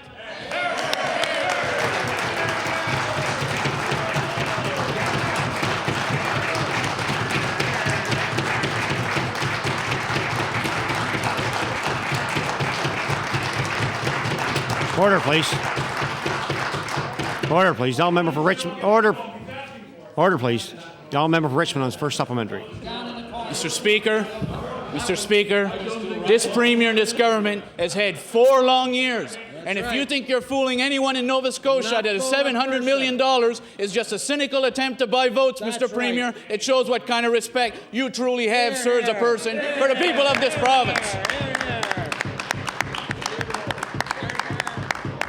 Mr. Speaker, last election the Premier was holier than thou in speaking about past governments and what his government would do once they got in office. The Premier said he would not add to the debt, yet 4 years later, $500 million onto the debt. He said $1.5 billion in health was enough. He's now at $2 billion with no end in sight. And finally, he has now embarked upon close to $700 million in pre-election promises that will not even take effect before the end of his mandate. Mr. Speaker, the Tory government is using... Order, please. Order, please.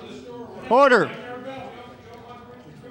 Order, please. The Honourable Member for Richmond on his question, please. Mr. Speaker, this Premier and the Tory government is using the public purse as a pre-election fund. Speaker, will the Premier explain to Nova Scotians why he has jeopardized his own personal integrity by not living up to the word he gave Nova Scotians? The Honourable the Premier.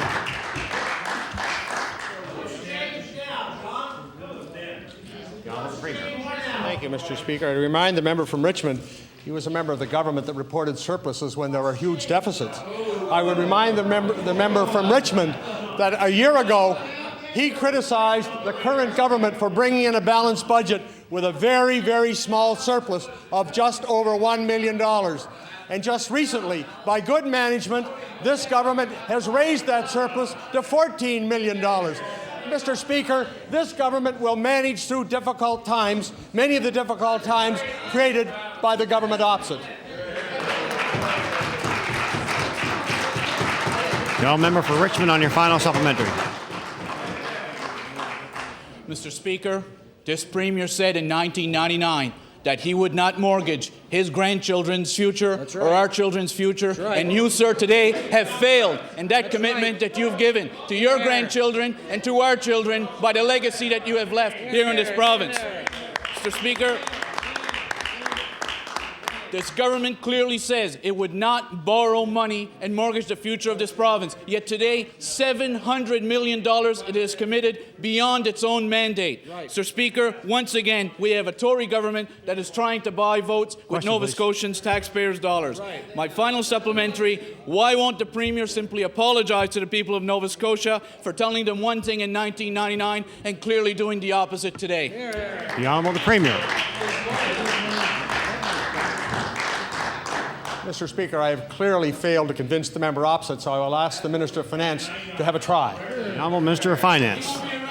Mr. Speaker, I probably should do it in French. You probably would understand it more, but I'll do it in English today. Mr. Speaker, the member opposite indicates that we've made forward commitments in financial terms to the for the people of this province. One of the reasons that we can do so, Mr. Speaker, is that we balance our budget. That is something clearly, Mr. Speaker, that member who was a member of the previous government who stood in their place and told the people of their province they had a balanced budget, when in reality they had $500 million deficit, Mr. Speaker.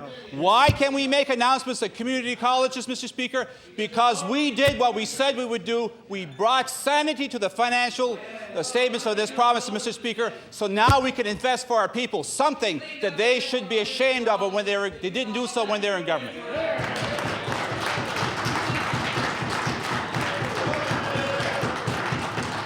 The Honourable Leader of the Official Opposition. Thank you, Mr. Speaker. My question is going to be for the Premier. My office has learned that the number of people driving without auto insurance in Nova Scotia is on the rise. We've discovered that convictions for driving without auto insurance in Nova Scotia has increased by 41% since 1997. That means last year there were more than 2,600 people who were convicted of driving without insurance. And Mr. Speaker, as you know, these are only the people who get caught. My question is, does the Premier have any idea how many people are driving without insurance today on the highways of Nova Scotia? The Honourable the Premier. Mr. Speaker, I refer that to the Minister of Environment and Labour. The Honourable Government House Leader. Thank you, Mr. Speaker. Mr. Speaker, the numbers are not as dramatic as the Honourable Leader of the Opposition is making out. In point of fact, I believe there were 2,619 last year, I believe that's a correct figure, of people who were picked up without auto insurance. I believe the year before was 2,400 and something. The year before that was 2,400 and something. The year before that was 2,200 and something. Mr. Speaker, I think it's probably evidence of the greater protection that we're receiving from the RCMP in keeping people on line with regard to carrying pink cards. The Honourable Leader of the Official Opposition on your first supplementary. Mr. Speaker, the number of people caught has increased by 40%, which means you can be sure that the total number of people driving without insurance is also increasing dramatically. This is a serious problem and a growing problem. These conviction statistics are for the last year and don't take into account the most recent spikes in auto insurance. Insurance premiums are skyrocketing to the point where many Nova Scotians cannot afford coverage. When I asked the Premier why they have done nothing to address skyrocketing rates and the dramatic increase in the number of uninsured drivers. The Honourable the Premier. Mr. Speaker, I refer that to the Minister of Environment and Labour. The Honourable Minister of Environment and Labour. Speaker, I would dispute the fact that the number of uninsured drivers on the road is allied with the increase in insurance rates. Admittedly, insurance rates have increased, and so have the number of people who have been caught driving without auto insurance. But however, Mr. Speaker, I would point out to you that the numbers over the last 4 years have been relatively stable. Therefore, there's no connection between the two.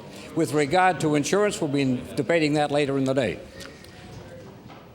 The Honourable Member for the Honourable Leader of the Official Opposition on your final supplementary. Mr. Speaker, under this government's watch, the high cost of auto insurance is forcing Nova Scotians to break the law if they want to keep driving. An American consumer watchdog says 75% of uninsured drivers would buy insurance if they could afford it. Mr. McNabb from River John was forced to drive without auto insurance. Some rural police officers are starting to say that they are seeing more uninsured vehicles on the road. A stressed father of 3 in Halifax called my office a couple of weeks ago because high costs of insurance have forced him to drive without insurance. Premier, before the next election, what are you going to do to lower auto insurance premiums? The Honourable the Premier. Mr. Speaker, I refer that to the Minister of Environment and Labour. Environment and Labour. Mr. Speaker, the next election has got nothing to do with this matter at all. This is a matter of concern to all Nova Scotians who own automobiles. And, Mr. Speaker, this government is taking positive steps to come. Mr. Speaker, if I could have the floor for a moment. Mr. Speaker, this government is taking positive steps to derive from the opinions of Nova Scotians as to what actions they would prefer that we take. Mr. Speaker, when we have the facts, we will indeed react. The honourable member for Cape Breton South. The honourable member for Cape Breton South. Mr. Speaker, my question today is to the Premier. Mr. Speaker, on June 25, 1999, the Premier said, and I quote, "As Premier, I will lead a government of honesty," close quote. And I'll table that document that quote came from. On February 27th of this year, Mr. Speaker, the member for Kings North wrote about a cabinet minister in your government lying to him and making him look bad politically. Mr. Speaker, these are not my words, but words printed in a local paper, and I'll quote, "I remember when I was first elected, I trusted everyone indiscriminately until I was burned by politicians of other parties, union leaders, and members of the media. But perhaps the most troubling lesson on learning not to trust indiscriminately was when a cabinet minister from my own party lied to me. Because of this lie, I ended up looking bad politically," close quote. Mr. Speaker, I would ask the Premier, have you, Mr. Premier, discussed this matter with the member from Kings North? And if so, can you please tell the House what was the nature of your discussion and which cabinet minister was involved in this incident?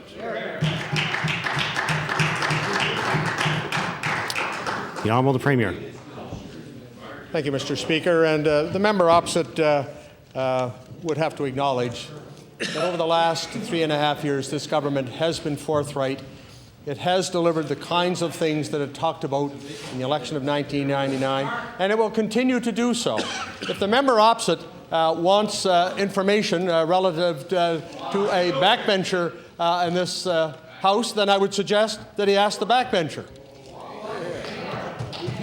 The honourable member Cape Breton South on your first supplementary. Mr. Speaker, if that Premier will allow the backbencher to answer questions here in question period, I will ask him. If he'll allow. Will you allow that member to answer the question? Mr. Premier, if you want him to answer the question, put him up in the front bench and let me ask him a question. Order, please. Order, please. The honourable member Cape Breton South is well aware that only ministers can answer questions for portfolios they're responsible for.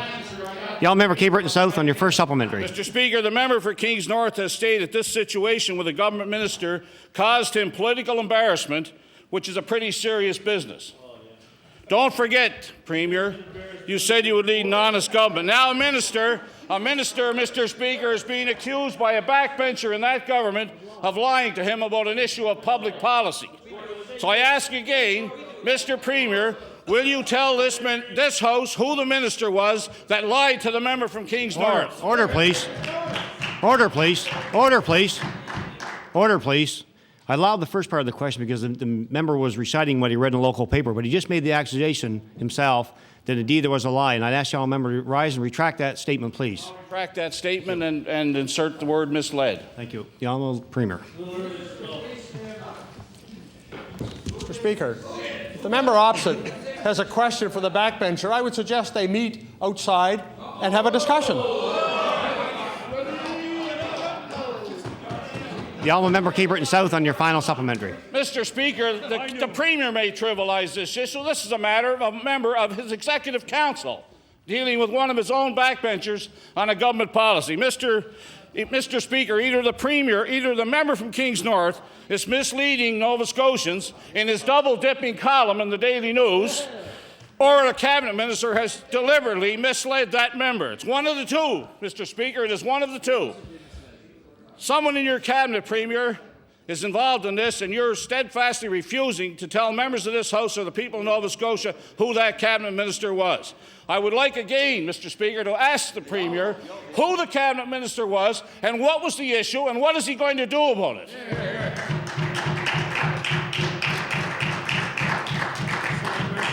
The Honourable the Premier. Thank you, Mr. Speaker.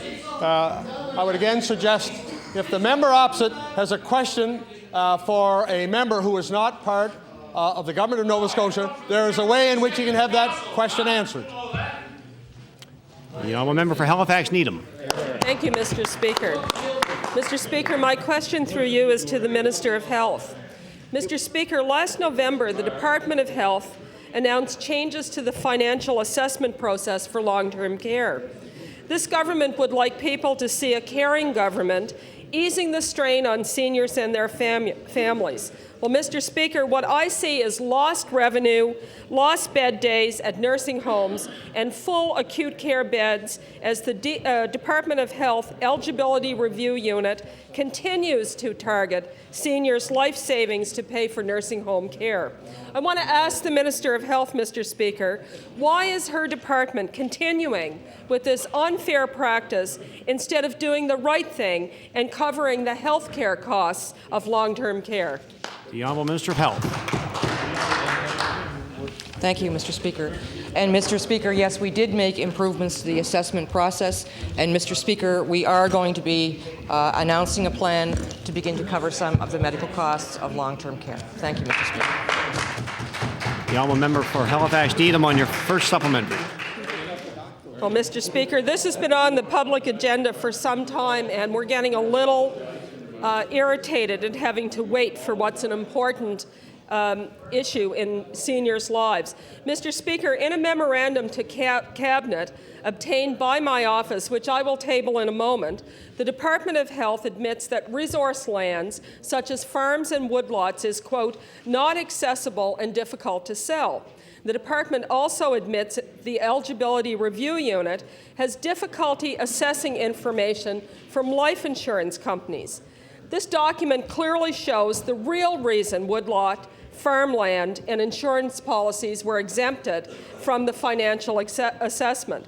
I want to ask the Minister of Health, why didn't her department offer this analysis when the announcement was made in November? The Honourable Minister of Health.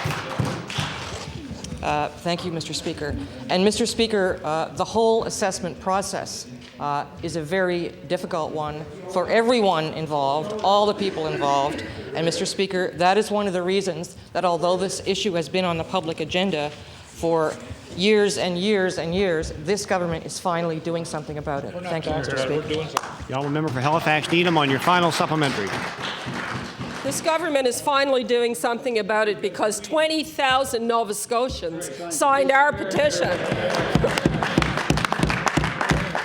Mr. Speaker, the Department of Health memo also states that reducing the look-back period would increase the efficiency and timeliness of the financial determination process. And only after this assessment does the department mention that the change would be less burdensome on applicants and families. Mr. Speaker, I want to ask the Minister of Health to admit that last year's changes were more about efficiencies and damage control than about offering real help for the seniors of Nova Scotia. The Honourable Minister of Health. Thank you, Mr. Speaker.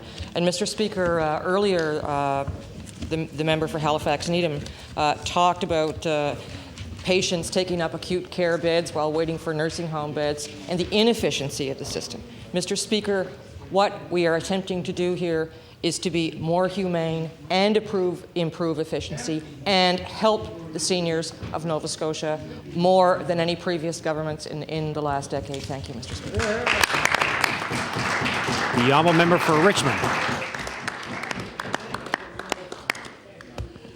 Mr. Speaker, even though the Minister of Finance will never be held accountable for the budget he's bringing down Thursday, his answers to questions surrounding the budget might still prove useful today. For example, on February 8th of this year, I wrote to the Minister and asked him to update Nova Scotians as to the financial health of the teachers' pension plan and the government employees' pension plan. Mr. Speaker, the response I received indicates that the Minister of Finance will not give a pension update until well after the budget has passed late in April. My question is, why is the Minister delaying the release of pension information that should be readily available to the members of this House and to the people of Nova Scotia? The Honourable Minister of Finance. Speaker, the honourable member opposite asked me for that information. I did write to him saying that's when the information will be ready. There are two pension plans, one of which is the Public Service Superannuation Plan. The other one is the Teacher's Pension Plan, Mr. Speaker. One it has its fiscal year at December 31st. The other one has March 31st. Both funds are being examined both for the value, but also some of the costs applicable to those to those plans, Mr. Speaker. And I indicated that late spring, early fall is when the